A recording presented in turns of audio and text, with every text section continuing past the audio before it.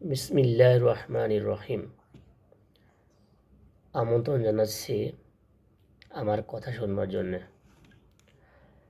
DB কার্যালয়ে থাকার অভিজ্ঞতা জানালেন হাসনাত আবদুল্লাহ। সমন্বয়ক হাসনাত আবদুল্লাহ কোটা সংস্কার আন্দোলনের প্ল্যাটফর্ম বৈষম্য বিরোধী ছাত্র আন্দোলনের 6 সমন্বয়ককে ছেড়ে দিয়েছে ঢাকা মহানগর পুলিশের গোয়েন্দা বিভাগ। আজ বৃহস্পতিবার তাদের পরিবারের জিম্মায় ছেড়ে দেওয়া হয়। ডিবি কার্যালয় থেকে ছাড়া পেয়ে এক আত্মীয়ের বাসায় উঠেছেন অন্যতম সমন্বয়ক হাসনাত আবদুল্লাহ।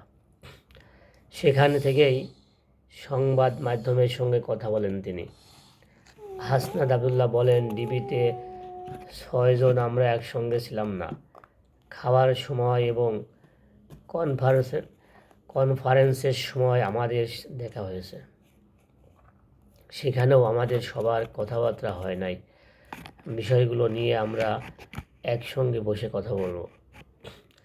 হাসনাত আবদুল্লাহ বলেন, 6 জনকে 6 ভাবে ট্রিট করেছে। আমি এমনও শুনছি যে ঝুলাইয়া পিটাইছে। এখন সার্বিকভাবে এই বিষয়গুলো নিয়ে আমরা সবাই একসাথে কথা বলবো।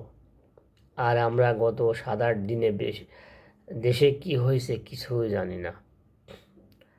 ডিবি কার্যালয়ে 32 ঘন্টা অনশন করেছেন জানিয়ে হাসনাত আবদুল্লাহ বলেন, বোঝেনি তো 7 দিন এক ধরনের পরিস্থিতির মধ্যে ছিলাম, তারপর লাস্ট 32 ঘন্টা ধরে অনশন।